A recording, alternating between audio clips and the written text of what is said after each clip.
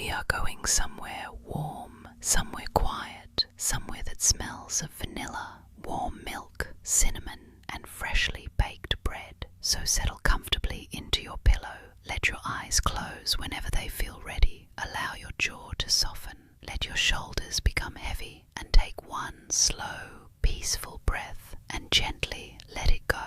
There is nowhere you need to be tonight. There is nothing waiting for you to finish. For now, you can simply listen. In the oldest part of a small town stood a bakery called the Sugar Spoon. It was squeezed between a clockmaker's shop and a tiny store that sold buttons, ribbons, and colourful rolls of thread. The bakery had a wide front window. During the day, the window was filled with cakes, pastries, and loaves of bread. There were round cakes with smooth cream tops, tiny fruit tarts arranged in perfect rows, soft rolls dusted with flour, cinnamon buns curled like sleeping snails, and delicate biscuits shaped like moons, stars, and little teacups. Every morning, people walked past the bakery and slowed down. Some stopped to look through the glass. Others stepped inside, following the sweet scent drifting through the door. A small silver bell hung above the entrance. Whenever someone entered, it made a soft sound. Ting! But at night, the bakery was completely different. The curtains were drawn, the chairs were placed upside down on the tables, the ovens cooled, the mixing bowls rested on their shelves, and the silver bell above the door remained perfectly still. The bakery belonged to a baker named Mira. Mira wore her dark hair in a loose braid and always had a little flower on the tip of her nose. She woke before sunrise every morning. She prepared the dough while the town was still sleeping. She mixed flour, water, salt, butter, and a little sugar. Round and round, round and round. She kneaded the bread slowly against the wooden counter. Press, fold, turn, press, fold, turn. When the dough was ready, she covered it with a clean cloth and left it to rise. Mira believed that dough should never be hurried. Everything soft needs time, she often whispered. At the end of each day, after the final customer had gone home, Mira carefully cleaned the bakery. She wiped every table. She swept every crumb from the floor. She polished the glass cake stand, and she lined up the jars on the shelves. Sugar, cocoa, vanilla, cinnamon, nutmeg, tiny silver sweets, dried berries, and colourful sprinkles that made a quiet rattling sound whenever the jar was moved. Shh, shh, shh. Then Mira prepared one final cup of warm milk. She sat beside the kitchen window and watched the town settle into the evening. One by one, the upstairs windows across the street grew dark. The clockmaker locked his door. The button seller rolled down her striped awning. The last bicycle rolled slowly across the square, and soon the whole town was asleep. One evening, Mira noticed something unusual. She had just placed the clean wooden spoons into their drawer when she heard a very faint sound behind her. It was not the doorbell. It was not the clock.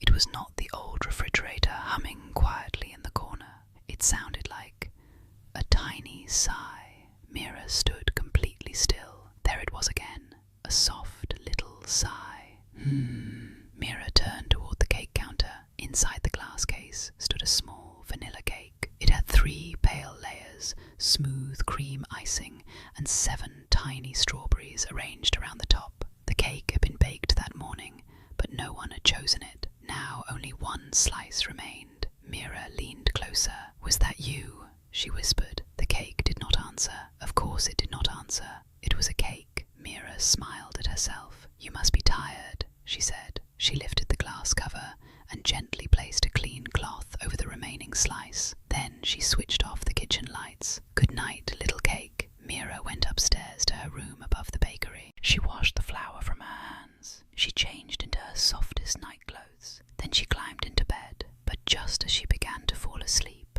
she heard something downstairs. Tap, tap, tap. Mira opened her eyes. She listened carefully. Tap, tap, tap. It sounded as though someone very small was tapping a spoon against a cup. Mira wrapped herself in a dressing gown and quietly walked down the stairs. Each step made a soft creak, creak, creak, creak. At the bottom of the stairs, she opened the kitchen door, and there, in the gentle blue light of the moon, she saw something she had never seen before. All the pastries were asleep, not simply resting on their trays. They were truly sleeping. The cinnamon buns were breathing slowly, becoming slightly larger and smaller with every breath. The bread rolls were leaning against one another like soft pillows. The biscuits were tucked underneath folded napkins, and the last slice of vanilla cake was lying beneath its clean cloth. The cake gave another peaceful little sigh. Mira covered her mouth so she would not laugh too loudly. On the counter, a teaspoon had somehow fallen against a teacup. The breeze from the open window was moving it gently. Tap, tap, tap. Mira crossed the room and closed the window. Then she carefully adjusted the cloth, covering the vanilla cake. "Sweet dreams," she whispered. The slice of cake settled more deeply beneath its cover. From that night onward, Mira began to notice the secret sleeping habits of everything she baked. The plain bread loaves fell asleep very quickly. As soon as the bakery became quiet, they grew still and warm. They liked to sleep close together on the bottom shelf. The croissants took longer. They were restless pastries. They shifted from one side to the other. Sometimes a flaky corner would lift in the air before dropping back onto the tray. The fruit tarts slept neatly and politely. They never moved, but the strawberries on top occasionally murmured to one another. The biscuits liked bedtime stories. They would not settle until Mira read a few pages from an old recipe book. She would sit beside their tin and whisper instructions for sponge cake, apple pie, or honey bread. "Mix the butter and sugar until smooth," she read one evening. "Add the eggs, one at a time." Inside the tin, the biscuits became very still. Fold in the flour gently. One biscuit gave a tiny, sleepy crunch. Bake until golden, and then they were asleep. Mira never told anyone about the sleeping pastries. She thought it was better to let them keep their quiet nighttime secret. But she began changing the bakery's evening routine. Before closing, she warmed the room slightly. She placed soft cloths over the cake stands. She moved the noisier jars away from the sleeping biscuits, and she stopped stacking the bread rolls too closely together.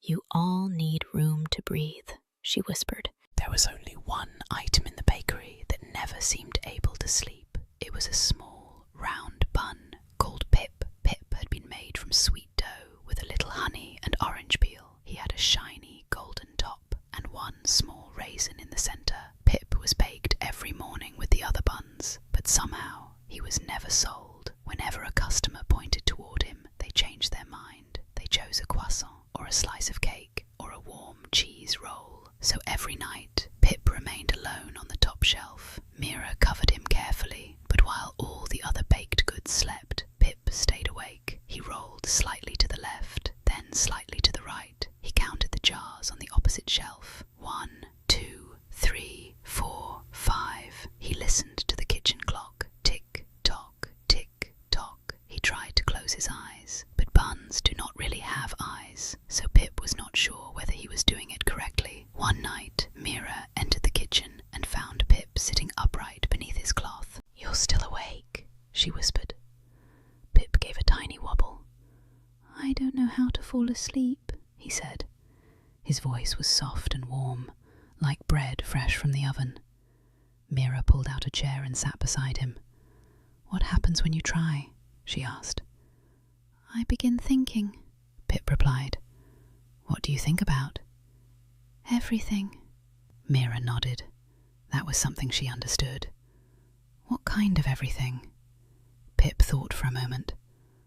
"I wonder why no one chose me today." Mira listened. "I wonder whether my top is shiny enough." She listened. "I wonder whether I have too much orange peel." She listened. I wonder whether I should have been a cinnamon bun. Mira smiled gently. And when you have finished wondering about those things, I begin wondering about tomorrow. Mira rested her elbows on the counter. Pip, she whispered, you do not have to solve tomorrow tonight. Pip became quiet. But what if tomorrow is exactly the same as today? Then tomorrow can take care of itself when it arrives. Pip rolled slightly closer. What should I do with all my thoughts? Mira looked around the bakery. On the highest shelf stood an empty glass jar. She reached up and brought it down. It was a simple jar with a wooden lid. Mira placed it beside Pip. We can put them in here, she said.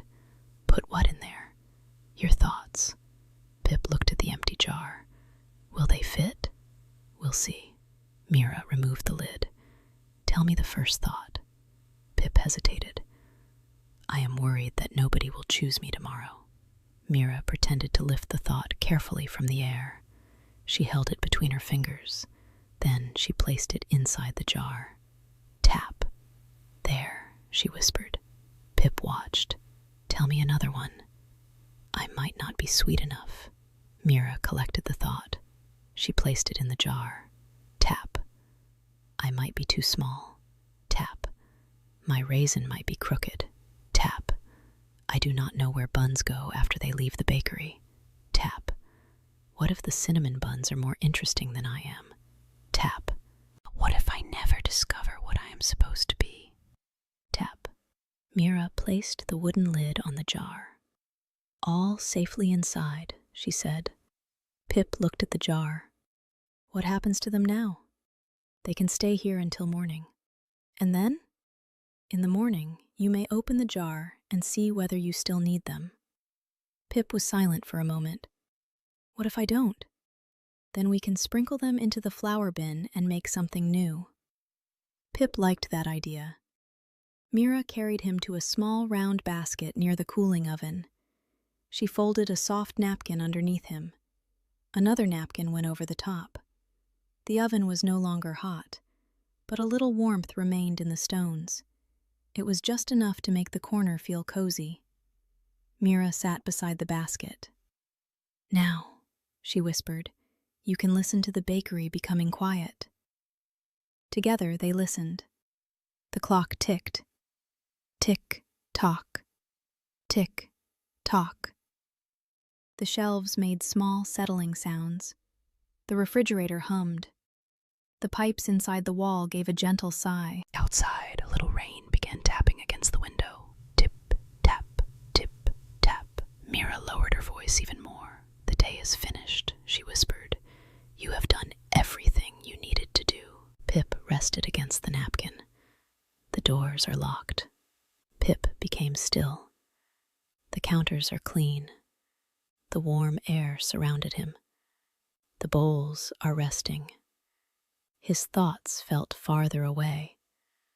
The spoons are sleeping in their drawer. Pip gave a tiny yawn. The flour is quiet inside its bag. His golden top sank gently against the soft cloth. The sugar is still. The rain continued against the window. Tip, tap, tip, tap. And you are safe here, Mira whispered. Pip tried to think about tomorrow, but tomorrow seemed very far away. He tried to wonder whether his raisin was crooked, but he could not remember why that had mattered. He listened to the rain.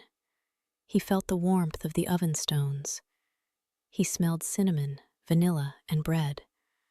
And for the first time since he had been baked, Pip fell asleep. He dreamed he was floating inside a large white mixing bowl. The bowl was as soft as a cloud. Instead of being filled with dough, it was filled with warm milk. Pip floated gently in a circle, round and round, round and round. Above him, tiny sugar crystals shimmered like stars, but they did not shine too brightly. They glowed softly, just enough to make the dream feel peaceful. In the dream, Pip was not worried about being chosen. He did not wonder whether he was too small. He did not compare himself with the cinnamon buns. He simply floated, slowly, quietly, comfortably, and whenever a thought tried to enter the dream, it turned into a little bubble.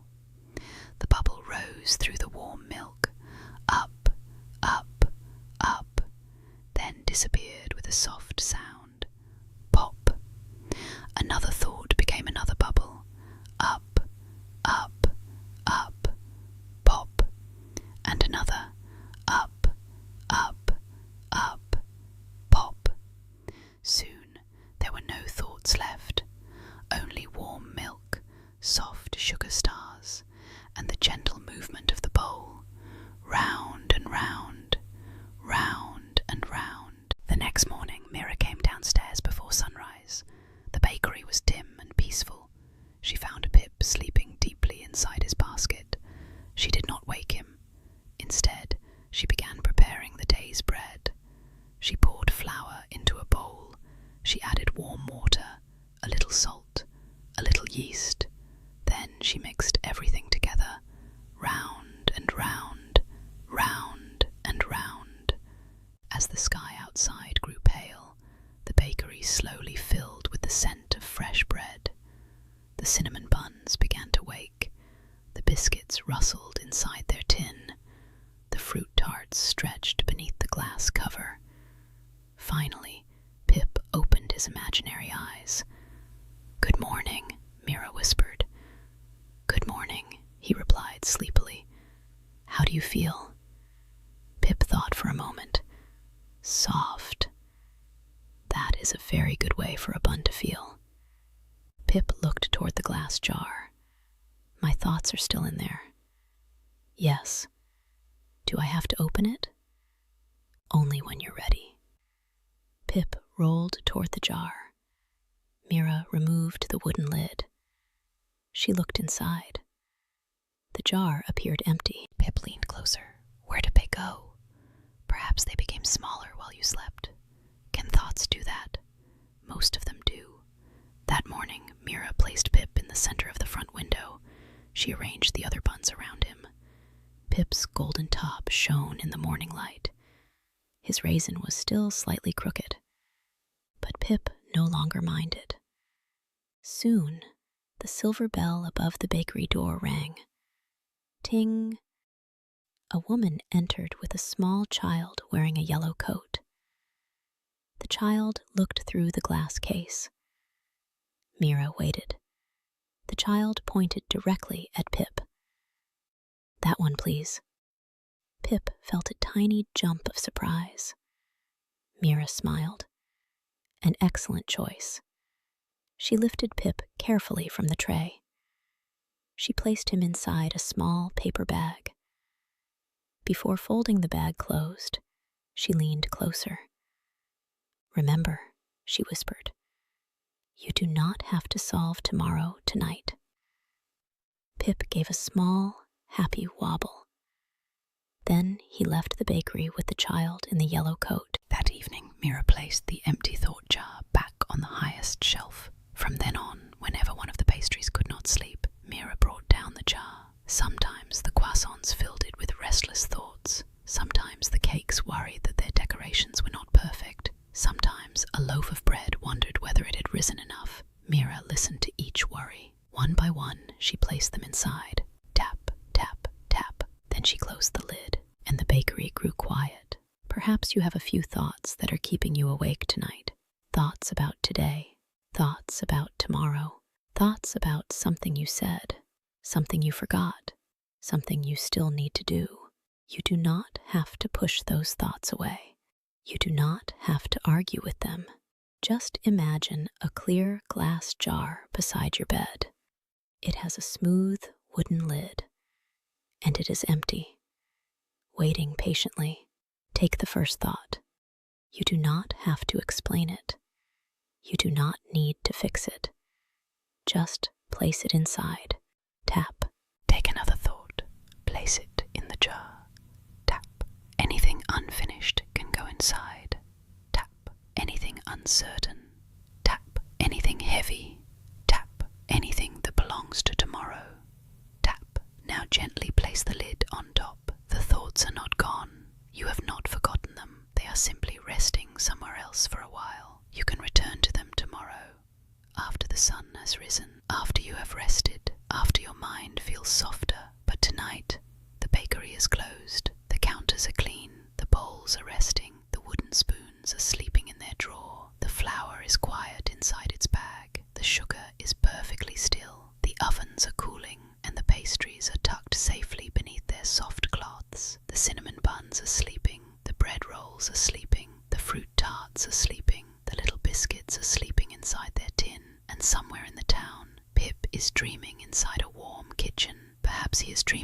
white mixing bowl. Perhaps he is floating through warm milk once again, round and round, round and round.